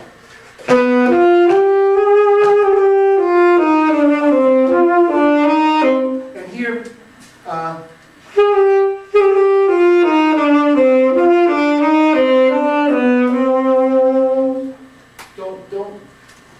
one of the things that I do with my students when we're playing music like this is to give them one of those good, tough rubber bands that comes on Romaine lettuce and have them go, because it's coming and going. It's very pliable. And when I say to a student, can you be more supple? Because children have such great vocabularies these days, these college students don't. So I wear out a dictionary every 2 years. My deal is this: if you cannot articulate it, if you can't talk about it, you cannot do it. How can you think about it? So when I ask a student, what are we trying to do here? And I get some primitive answer, I make them work for it. You know, saxophone lessons are not a writing intensive course, but it should be language intensive, because great artists can talk about what they're doing. And supple really means flexible and elastic. Ebb and flow, coming and going. But with this wonderful sense of continuity. And never does it get to the point that you let it get so close that the thing just droops there. You never release the tension. Even there's less tension and more tension, but it never goes away.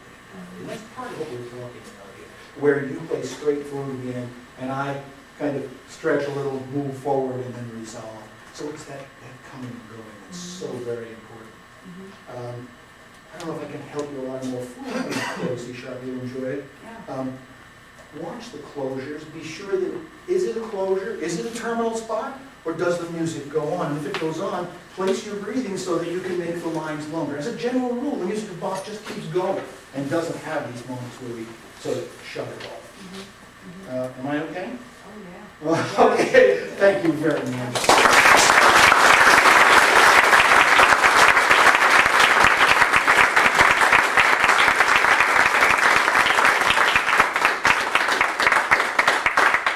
Can I do 5 minutes on behalf of Brett?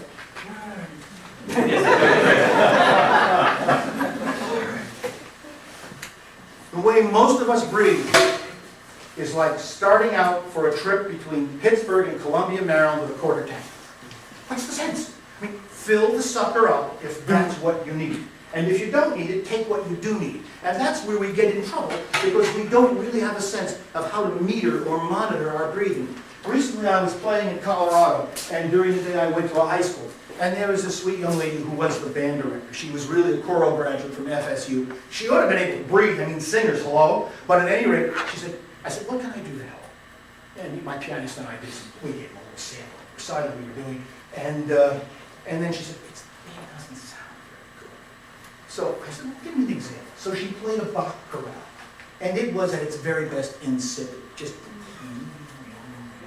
So I said, all right, everybody, put your instruments down. I got them on their feet, and we did breathing exercises. We became aware of the whole thing. Then I conducted the Bach, and I said, we're going to do it forte, with all of these things. And then I said, and now we're going to do it piano, with that same thing.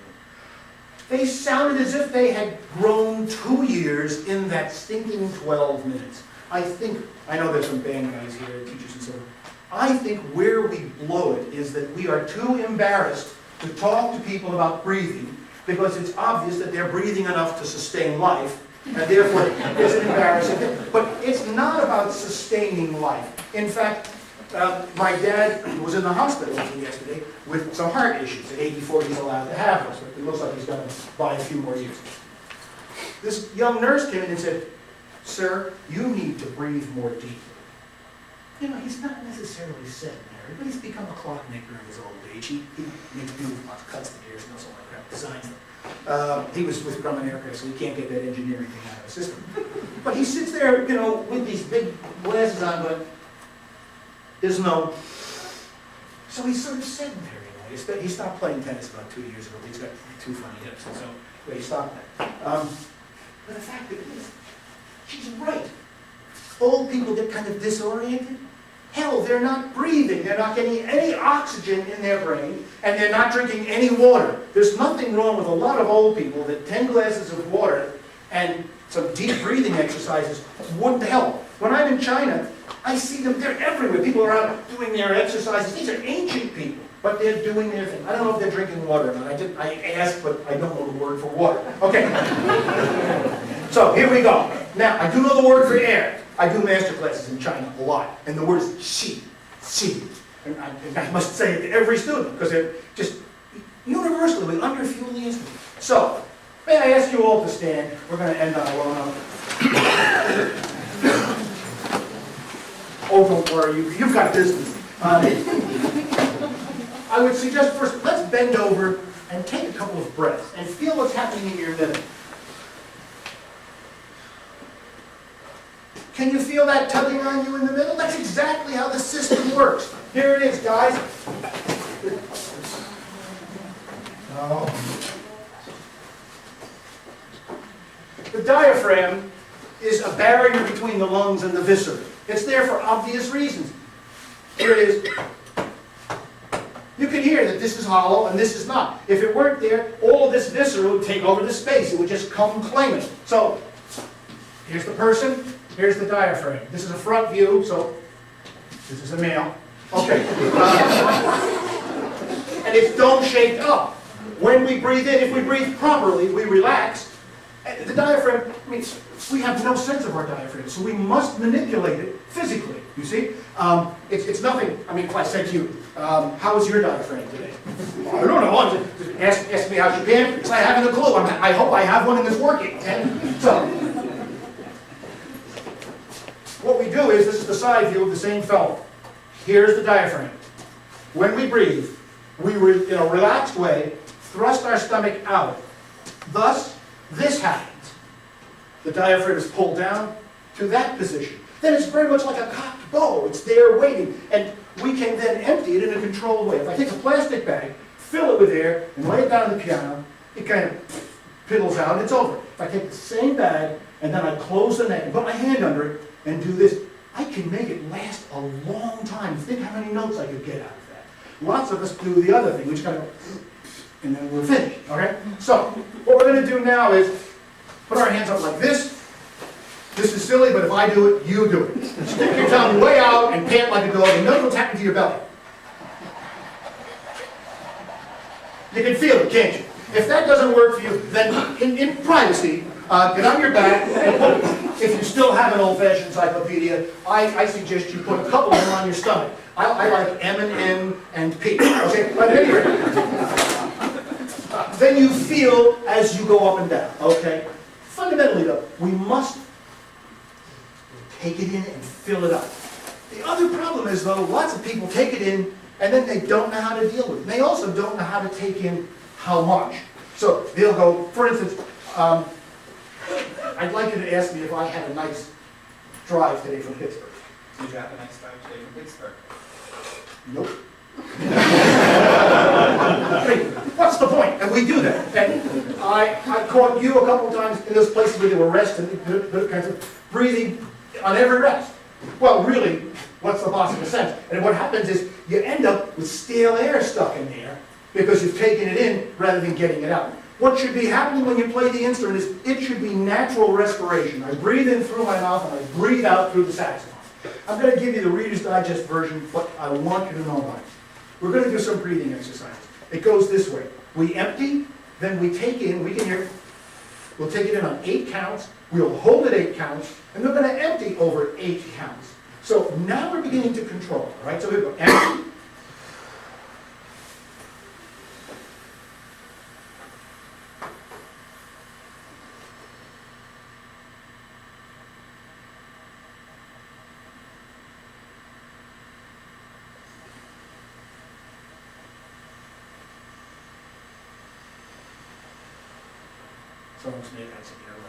We'll do it again, and this time, it's not this easy. The yogis do this.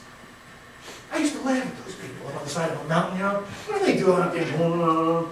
They have such mastery over their equipment. We haven't a clue. All right, here we go. So we're going to empty, well, hold 8, 16 to empty.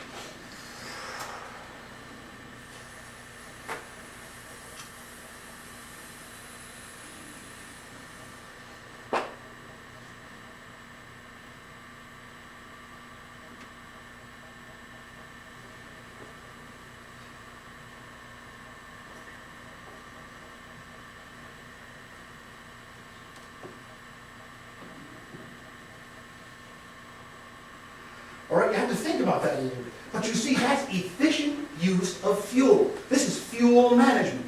I walk 4 miles or so every day, and I do these exercises at the same time. It's a bit of a test.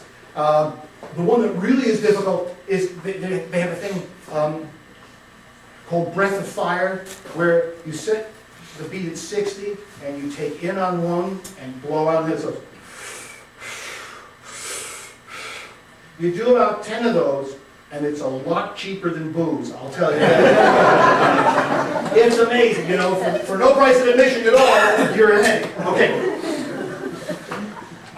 Part of it is plugging into the idea of using it more efficiently. In Japan, we have this thing called origami, where we fold pieces of paper and make little things, you know, make peacock. They also make paper airplanes using ingenious folds. And on still days, they'll go to the park and they'll see which design goes the furthest. And I'm going to ask you to join me in just such a competition. We're going to take in air during 8 beats, hold it for 8, and then we're going to set, we will be ready with this plane in our hand, and we're going to go, and we're going to see how long we keep it going. The minute your breath stops, you've crashed, okay? Here we go. And I'm going to tell you this. This whole thing came to me at a very propitious time. I flew from here to London Actually, I was on my way to Prague, but I flew to London on Air India, and everyone on the plane was coughing in foreign languages, and I got whatever they had. So when I stepped on the stage at the Rudolph to play my concerto, I knew I had a silly itch. Came back to Pittsburgh, taught for 4 days, got on a plane, flew to San Francisco, played, got on the plane, came back, taught for 4 days, got on the plane and went to Las Cruces, New Mexico, where I said to the conductor, I had double pneumonia. And so I got antibiotics, I got stuff to keep me from coughing, and I let them steroid me a little bit. Suddenly I'm on the American Olympic track team. But I did it, I had no choice. I mean, I had to get up to the hardest tune in my bag, and it's a big blow, and I had to do it 3 nights in a row, so I let them do it. I'm opposed to it, but I did. At any rate, I am now impaired. My breathing will never be the same. I go to the doctor and I blow, and it's never like it was before. I'm scarred in it. That's all there is to it. So these exercises have become very meaningful to me. But more importantly, it's about music and using the breath. So we're going to do this thing. We're going to empty, do 8, and we're going to do this airplane. Are you ready for the big one? Here we go.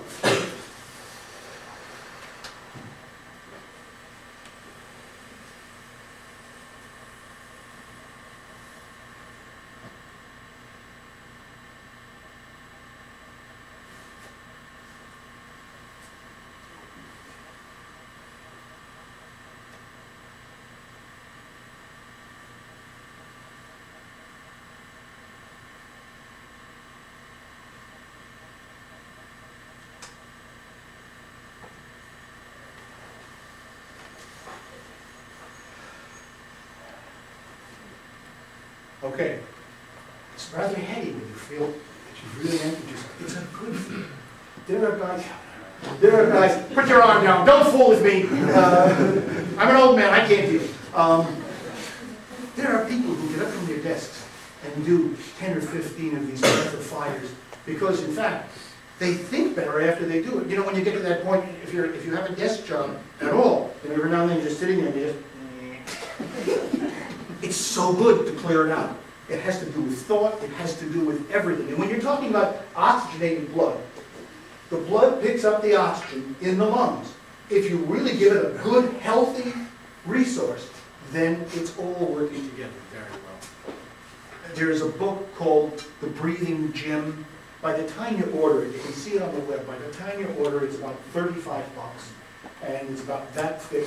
And I wish I'd have written it if they're selling it, because it could be a retirement project. But at any rate, yes. I just want to say there's this course called the Art of Living, which I took. It's like all around the country, really, really cheap, especially if you're in college, with Ravi Shankar.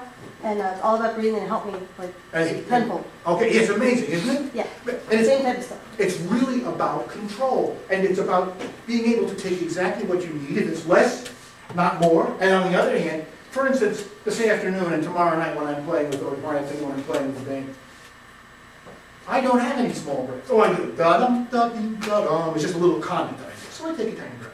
But most of the time, I tank up like nobody's business because I'm playing above the band from a volume standpoint, and I fill rooms. And I can do that. When I'm talking about fast air, you can do fast air if you fill the mechanism properly, and then you fill it in the appropriate amount. So you can go to the web and you can look up yogic breathing and you'll find it, and you'll also find Qigong, which is another breathing. My big problem with all this is it always turns into a religion.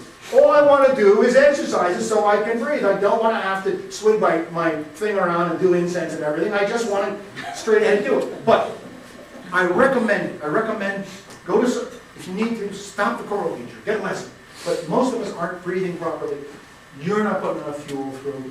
You're not getting enough fuel in. It's all about breathing. And then it's about, I can't vibrato without air really going through because we're chewing on the reed. Articulation is entirely about the tongue working as a valve with the mouthpiece and reed. And what is the stuff we're controlling with this valve? Air. So when we can't articulate, when it seems like our tongue gets stuck on the mouthpiece, it's because there wasn't enough air there to allow us to get on and off the way we need to create crisp articulations. Well, that's my commercial on breathing, friends. We could go on for days, but I am so grateful to be here, and so grateful to my hosts, and grateful to those who are willing to expose themselves and play. That's not an easy thing, as I can attest, and I really do appreciate you allowing me to work with you. Thank you so much.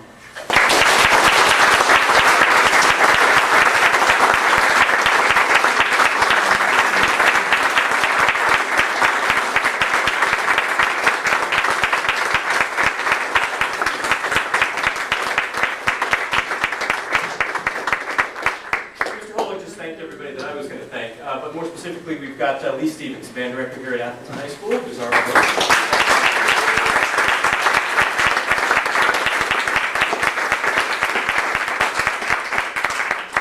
Tomorrow we have a clinic right here in the choral room at 2 o'clock for saxophonists of all ages. Please bring your instruments. And that will be followed at 3 o'clock by the Columbia Concert Band's spring concert featuring Mr. Houlik. Please join us for both. They're free, of course, right here at Atholton. Columbia Concert Band members, if you could help out with moving equipment, we weren't able